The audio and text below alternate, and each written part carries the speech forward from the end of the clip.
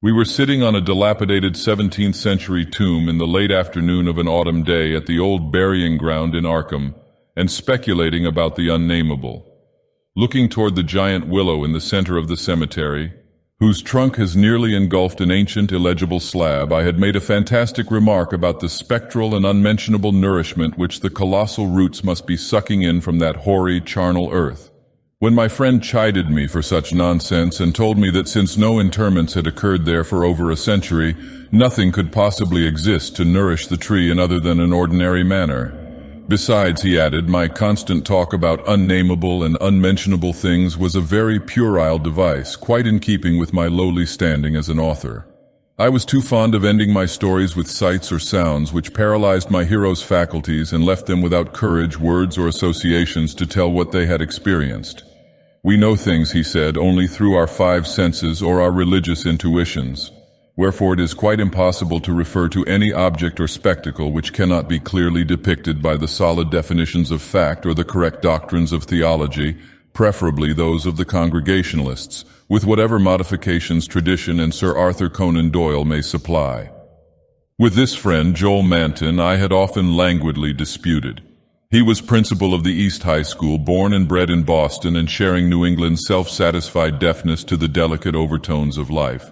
It was his view that only our normal, objective experiences possess any aesthetic significance, and that it is the province of the artist not so much to rouse strong emotion by action, ecstasy, and astonishment, as to maintain a placid interest and appreciation by accurate, detailed transcripts of everyday affairs. Especially did he object to my preoccupation with the mystical and the unexplained, for although believing in the supernatural much more fully than I, he would not admit that it is sufficiently commonplace for literary treatment, that a mind can find its greatest pleasure in escapes from the daily treadmill, and in original and dramatic recombinations of images usually thrown by habit and fatigue into the hackneyed patterns of actual existence, was something virtually incredible to his clear, practical, and logical intellect.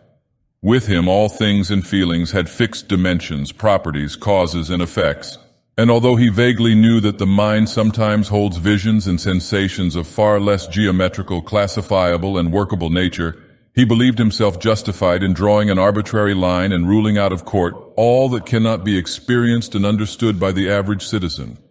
Besides, he was almost sure that nothing can be really unnamable.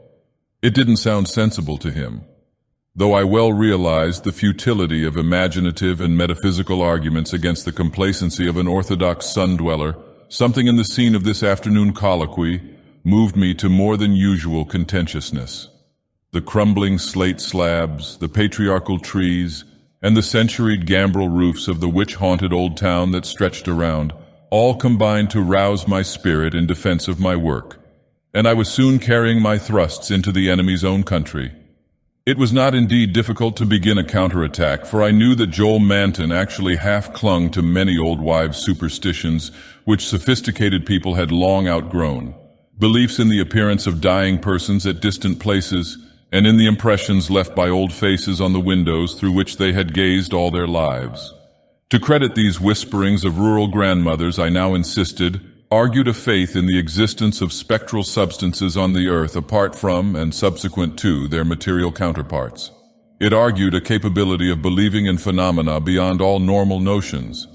For if a dead man can transmit his visible or tangible image half across the world, or down the stretch of the centuries, how can it be absurd to suppose that deserted houses are full of queer, sentient things, or that old graveyards teem with the terrible, unbodied intelligence of generations?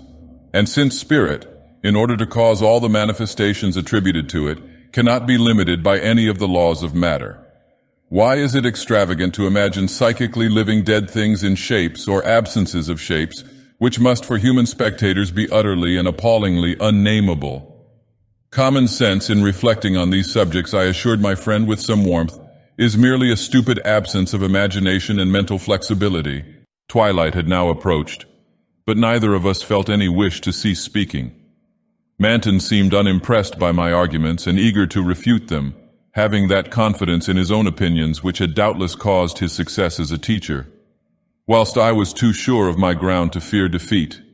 The dusk fell and lights faintly gleamed in some of the distant windows, but we did not move. Our seat on the tomb was very comfortable, and I knew that my prosaic friend would not mind the cavernous rift in the ancient, root-disturbed brickwork close behind us, or the utter blackness of the spot brought by the intervention of a tottering, deserted 17th-century house between us and the nearest lighted road. There in the dark, upon that riven tomb by the deserted house, we talked on about the Unnamable, and after my friend had finished his scoffing, I told him of the awful evidence behind the story at which he had scoffed the most. My tale had been called The Attic Window, and appeared in the January 1922 issue of Whispers. In a good many places, especially the South and the Pacific Coast, they took the magazines off the stands at the complaints of silly milksops, but New England didn't get the thrill and merely shrugged its shoulders at my extravagance. The thing, it was averred, was biologically impossible to start with. Merely another of those crazy country mutterings which Cotton Mather had been gullible enough to dump into his chaotic Magnalia Christi Americana, and so poorly authenticated that even he had not ventured to name the locality where the horror occurred. And as to the way I amplified the bare jotting of the old mystic, that was quite impossible, and characteristic of a flighty and notional scribbler. Mather had indeed told of the thing as being born, but nobody but a cheap sensationalist would think of having it grow up, look into people's windows at night, and be hidden in the attic of a house in flesh and in spirit, till someone saw it at the window centuries later and couldn't describe what it was that turned his hair gray. All this was flagrant trashiness, and my friend Manton was not slow to insist on that fact. Then I told him what I had found in an old diary kept between 1706 and 1723, unearthed among family papers not a mile from where we were sitting. That, and the certain reality of the scars on my ancestors' chest and back which the diary described. I told him, too, of the fears of others in that region, and how they were whispered down for generations, and how no mythical madness came to the boy who in 1793 entered an abandoned house to examine certain traces suspected to be there. It had been an eldritch thing.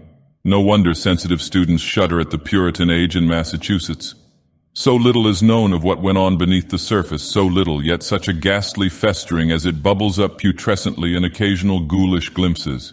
The witchcraft terror is a horrible ray of light on what was stewing in men's crushed brains, but even that is a trifle. There was no beauty, no freedom. We can see that from the architectural and household remains and the poisonous sermons of the cramped divines. And inside that rusted iron straitjacket lurked gibbering hideousness, perversion, and diabolism. Here truly was the apotheosis of the Unnamable. Cotton Mather, in that demoniac sixth book which no one should read after dark, minced no words as he flung forth his anathema. Stern as a Jewish prophet, and laconically unamazed as none since his day could be, he told of the beast that had brought forth what was more than beast but less than man, the thing with the blemished eye, and of the screaming drunken wretch that they hanged for having such an eye.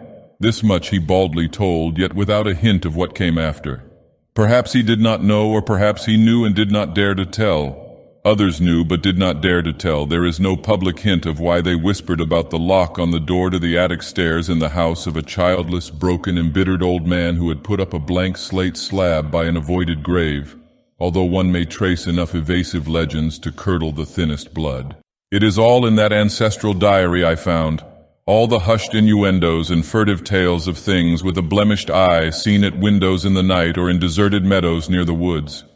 Something had caught my ancestor on a dark valley road, leaving him with marks of horns on his chest and of ape-like claws on his back, and when they looked for prints in the trampled dust, they found the mixed marks of split hooves and vaguely anthropoid paws.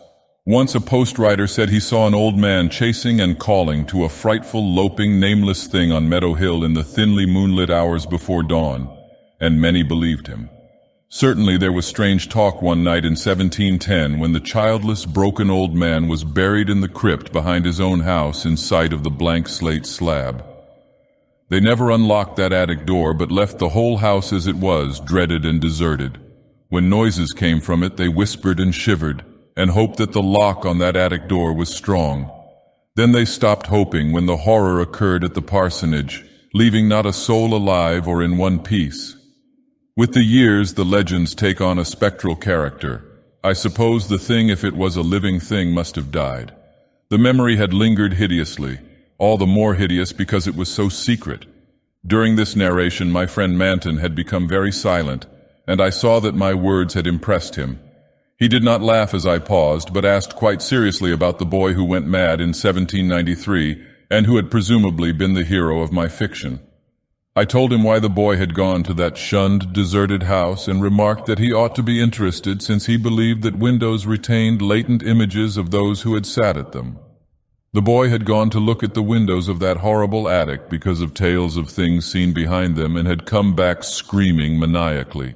Manton remained thoughtful as I said this, but gradually reverted to his analytical mood. He granted for the sake of argument that some unnatural monster had really existed, but reminded me that even the most morbid perversion of nature need not be unnamable or scientifically indescribable. I admired his clearness and persistence and added some further revelations I had collected among the old people. Those later spectral legends I made plain related to monstrous apparitions more frightful than anything organic could be. Apparitions of gigantic bestial forms, sometimes visible and sometimes only tangible, which floated about on moonless nights and haunted the old house, the crypt behind it, and the grave where a sapling had sprouted beside an illegible slab. Whether or not such apparitions had ever gored or smothered people to death, as told in uncorroborated traditions, they had produced a strong and consistent impression and were yet darkly feared by very aged natives, though largely forgotten by the last 2 generations, perhaps dying for lack of being thought about. Moreover, so far as aesthetic theory was involved, if the psychic emanations of human creatures be grotesque distortions, what coherent representation could express or portray so gibbous and infamous a nebulosity as the specter of a malign, chaotic perversion, itself a morbid blasphemy against nature? Molded by the dead brain of a hybrid nightmare, would not such a vaporous terror constitute in all loathsome truth the shriekingly unnamable? The hour must now have grown very late. A singularly noiseless bat brushed by me, and I believe it touched Manton also, for although I could not see him, I felt him raise his arm. Presently he spoke. "But is that house with the attic window still standing and deserted?" "Yes," I answered, "I have seen it." "And did you find anything there, in the attic or anywhere else?" "There were some bones up under the eaves. They may have been what that boy saw. If he was sensitive, he wouldn't have needed anything in the window glass to unhinge him. If they all came from the same object, it must have been an hysterical, delirious monstrosity. It would have been blasphemous to leave such bones in the world, so I went back with a sack and took them to the tomb behind the house. There was an opening where I could dump them in.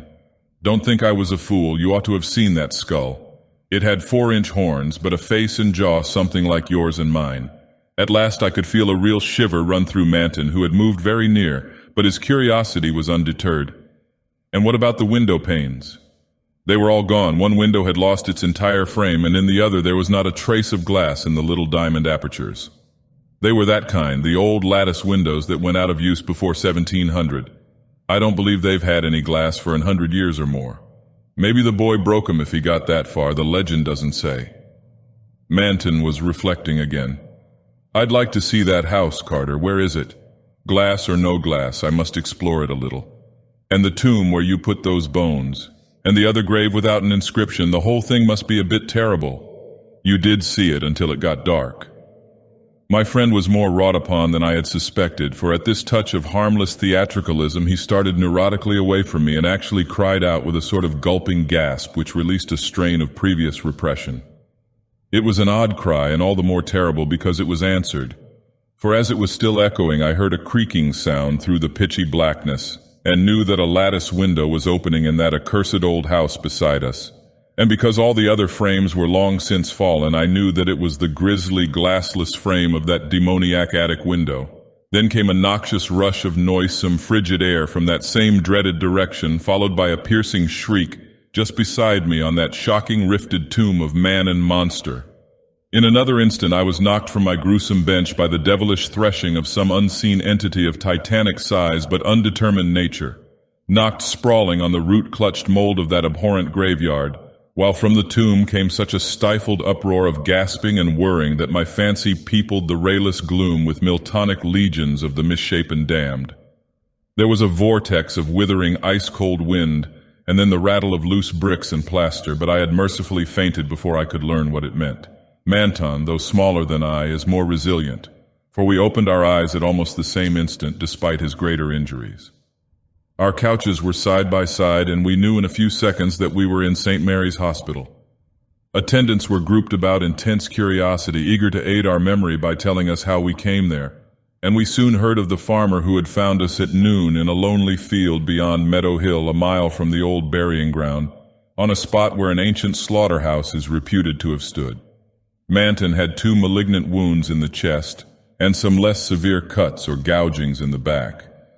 I was not so seriously hurt, but was covered with welts and contusions of the most bewildering character, including the print of a split hoof. It was plain that Manton knew more than I, but he told nothing to the puzzled and interested physicians till he had learned what our injuries were. Then he said we were the victims of a vicious bull, though the animal was a difficult thing to place and account for. After the doctors and nurses had left, I whispered an awestruck question. "Good God, Manton, but what was it? Those scars, was it like that?" And I was too dazed to exult when he whispered back a thing I had half expected. "No, it wasn't that way at all. It was everywhere, a gelatin, a slime, yet it had shapes, 1,000 shapes of horror beyond all memory. There were eyes and a blemish. It was the pit, the maelstrom, the ultimate abomination. Carter, it was the Unnamable.